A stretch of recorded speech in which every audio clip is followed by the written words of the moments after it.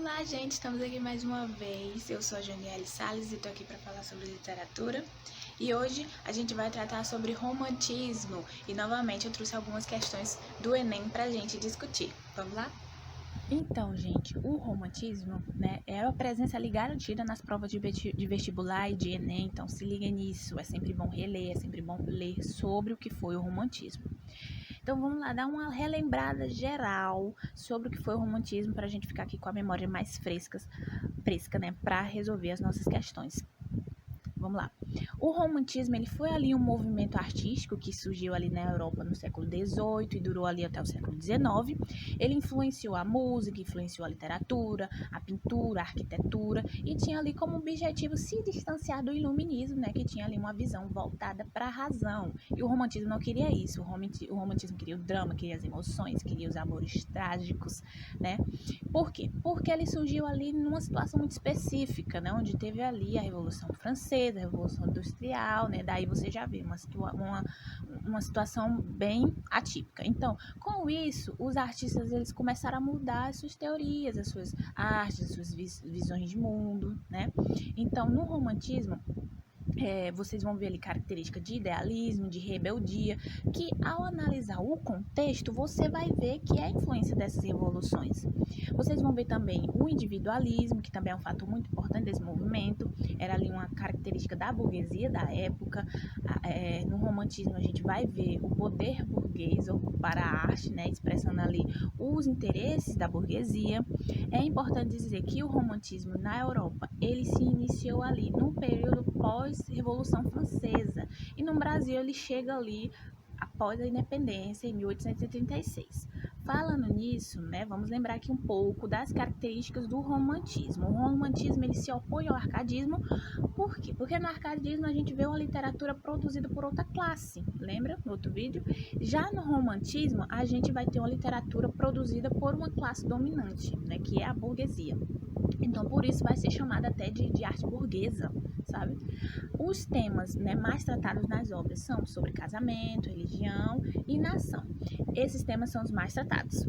Vai ter também uma valorização do indivíduo, uma subjetividade, porque não é mais uma visão coletiva que eles querem expressar, né? Sobre as coisas, sobre o mundo. Eles querem ali uma visão mais pessoal sobre tudo. Tem muita emotividade, muita idealização, originalidade, porque eles não querem mais ter influência de ninguém, eles não queriam, eles queriam que fosse tudo próprio deles, né, vindo deles. Tem também o escapismo, né, por quê? Porque os escritores eles queriam fugir da realidade que eles estavam vivendo. E as realidades que eles mais fugiam, né, nas obras, era ali, ou era o passado, ou era o sonho, ou era a natureza, ou até mesmo a morte, né? Então, resumindo, a gente vai ver ali no romantismo que o indivíduo ele passa a ser o centro das atenções, tem muita exaltação do nacionalismo, da natureza, da pátria, tem a idealização da sociedade, do amor, da mulher mais especificamente, tem a mulher vista como perfeita, muito idealizada, né, como eu falei, tem também a criação de um herói nacional, tem muito sentimentalismo, tem a valorização das emoções pessoais. Esse último, né, que eu falei, é uma das coisas mais marcantes no romantismo, né, como eu falei antes, tem muita valorização do eu. Por fim, né, para lembrar aqui, no Brasil, o romantismo ele foi ali ele se iniciou, né, com a publicação do livro Suspiros Poéticos e Saudades de Gonçalves de Magalhães em 1836. As características do romantismo no Brasil é um pouco mais diferente, né? Por quê? Porque tem o indianismo, tem o culto à fauna e à flora, né? Tem o regionalismo sertanejo e tem também a retratação de lutas políticas e sociais. Por quê? Porque teve ali um movimento abolicionista, então isso também foi transferido para a literatura no romantismo brasileiro. Então vamos lá, eu acho que deu para dar uma relembrada aqui geral sobre o que foi o romantismo para a gente entrar nas nossas questões. A primeira questão que eu trouxe para vocês, ela tem um soneto, tem um textinho. Então vamos lá, vamos ler atentamente. Já da morte o palor me cobre o rosto, nos lábios meus o alento desfalece. Surda agonia o coração fenece e devora meu ser mortal desgosto. Do leito embalde no macio encosto, tento o sono reter, já esmorece. O corpo exausto que o repouso esquece, eis o estado em que a mágoa me tem posto. O adeus, o teu adeus, minha saudade, fazem que insano do viver me imprime e tenho os olhos meus na escuridade. Dai-me a esperança com que o ser mantive, volve ao amante os olhos por piedade, olhos por quem viveu, quem já não vive mais. Isso aí de Azevedo. Vamos lá para a questão. O núcleo temático do soneto citado é típico da segunda geração romântica. Segunda geração romântica, lembra, é sempre bom olhar a primeira, a segunda e a terceira geração romântica, relembrar sempre. Na segunda geração romântica, a gente tinha o quê? A gente tinha ali um romantismo mais social, né? Então, vamos lá. Porém, configura um lirismo que o projeta para além desse momento específico. O fundamento desse lirismo é a angústia alimentada pela construção da irreversibilidade da morte. B. A melancolia que frustra a possibilidade de reação diante da perda. C. O descontrole das emoções provocadas pela autopiedade. D. O desejo de morrer como alívio para a desilusão amorosa. E. O gosto pela escuridão como solução para o sofrimento. Vamos lá voltar para o texto. A gente vê que é um texto muito intenso, né? Esse soneto, ele é muito intenso. O soneto, ele mostra ali um lirismo magoado, né? Triste, né? Desgostoso. A gente vê ali no trecho que ele coloca, né? O desgosto, magoa, agonia, né?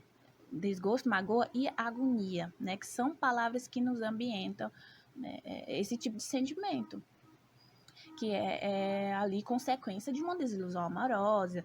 A gente confirma isso também nos trechos onde ele diz, né? Volve ao amante os olhos por piedade, olhos por quem não viveu, por quem viveu, quem já não vive, né?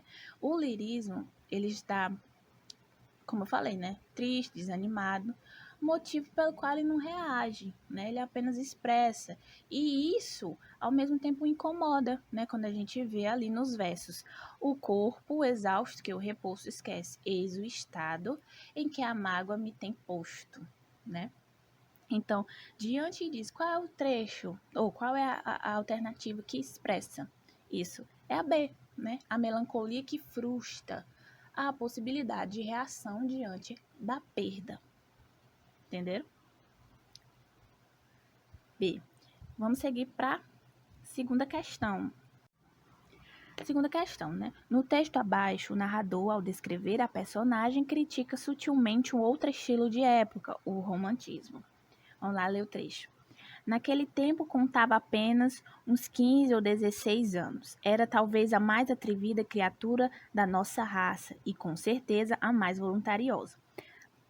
Não digo que já lhe coubesse a primazia da beleza entre as mocinhas do tempo, porque isso não é romance, em que o autor sobredoura a realidade e fecha os olhos às sardas e espinhas. Mas também não digo que lhe camulasse o rosto nenhuma sarda ou espinha, não. Era bonita, fresca, saía das mãos da natureza, cheia daquele feitiço, precário e eterno, que o indivíduo passa a outro indivíduo para os fins secretos da criação. Aí é um trecho aí do Machado de Assis em Memórias Póstumas de Brás Cubas. Vamos à questão. A frase do texto em que se percebe a crítica do narrador ao romantismo está descrita na alternativa. A.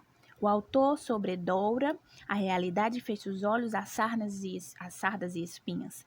B. Era talvez a mais atrevida criatura da nossa raça. C. Era bonita, fresca, saía das mãos da natureza, cheia daquele feitiço precário e eterno. D. Naquele tempo, contava apenas uns 15 ou 16 anos. E. Um indivíduo passa a outro indivíduo para os fins secretos da criação.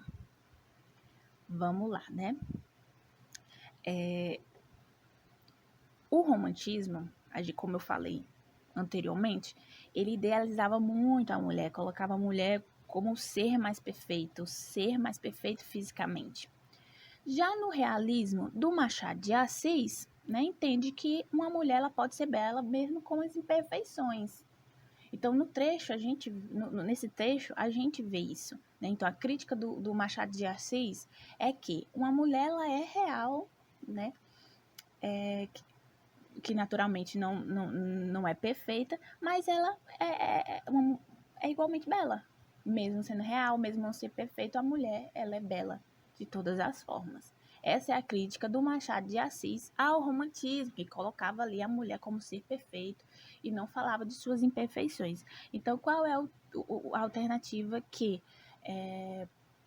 diz isso? Que tem um trecho que você entende essa crítica? É a, né? Onde fala: o autor, sobre dor a realidade, fecha os olhos às sardas e espinhas. Compreendeu? Vamos lá. Aqui na terceira questão a gente vai ter aí mais um texto. O sertão e o sertanejo. Ali começa o sertão chamado bruto, nesses campos tão diversos pelo matriz das cores, o capim crescendo e ressecado pelo ardor do sol transforma-se em vicejante tapete de relva, quando lavra o incêndio que algum tropeiro, por acaso ou mero desenfado, ateia com uma falha do seu isqueiro. Mirando surda na touceira, queda a vida centelha. Corra daí a instantes qualquer aragem, por débil que seja, e levanta-se a língua de fogo, esguia e trêmula. Com que a contempla medrosa e vacilante os espaços imensos que se alongam diante dela. O fogo, débil em pontos daqui e ali, a consumir com mais lentidão alguns estorvos, vai aos poucos morrendo até se extinguir de todo, deixando como sinal da avassaladora passagem o alvorenço lençol, que lhe foi seguido os velozes passos. Por toda a parte melancólica, de todos os lados éticas perspectivas, é cair. Porém, daí os dias, copiosa chuva, e parece que uma varinha de fada andou por aqueles sombrios recantos a traçar as peças, jardins encantados e nunca vistos. Entra tudo no trabalho íntimo de espantosa atividade, transborda a vida. Trecho aí de Inocência de Taunay. Vamos lá para a questão. O romance romântico teve fundamental importância na formação da ideia da nação. Considerando o trecho acima, é possível reconhecer que uma das principais e permanentes contribuições do romantismo para a construção da identidade da nação é a possibilidade de apresentar uma dimensão desconhecida da natureza nacional, marcada pelo subdesenvolvimento e pela falta de perspectiva de renovação. B. A consciência da exploração da terra pelos colonizadores e pela classe dominante local, o que coibiu a exploração desenfreada das riquezas naturais do país. C. Construção, em língua simples, realista e documental, sem fantasia e exaltação, de uma imagem da terra que revelou o quanto é grandiosa a natureza brasileira. D. Expansão dos limites geográficos da terra, que promoveu o sentimento de unidade do território nacional e deu a conhecer os lugares mais distantes do Brasil aos brasileiros. E é a valorização da vida urbana e do progresso em detrimento do interior do Brasil, formulando o conceito de nação centrado nos modelos da nascente burguesia brasileira. Vamos lá. No romantismo, né, é ali no romantismo que a gente encontra a valorização da pátria, como eu falei anteriormente. A obra Inocência, né, de Visconde de Taunay, que a gente viu, é um romance regionalista, né, que foi escrito, né, ali no fim do romantismo, ali no início, no fim do romantismo, quer dizer, no fim do romantismo e no início do naturalismo. Nela, né, a autora dá a conhecer os costumes e a beleza do sertão, quando descreve nesse trecho aí que a gente viu, descreve aí os campos do sertão. E dessa forma ela expande, né, ela expandiu o conhecimento acerca do Brasil a grandes partes do Brasil, né? Ela escreveu um pouco do sertão para as pessoas na sua obra. Então, qual é a alternativa que se encaixa? É a D, expansão dos limites geográficos da terra, que promoveu o sentimento de unidade do território nacional e deu a conhecer os lugares mais distantes do Brasil aos brasileiros. entenderam? Por fim, eu queria dizer para vocês que é sempre bom dar uma relembrada sobre os movimentos, sobre as escolas literárias. Sempre bom, porque sempre cai, sempre tem. E o romantismo, principalmente, ele sempre cai no Enem, ele sempre cai nos vestibulares, tá? Ok? No mais, eu espero que vocês tenham gostado, tá? E até a próxima. Cheiro!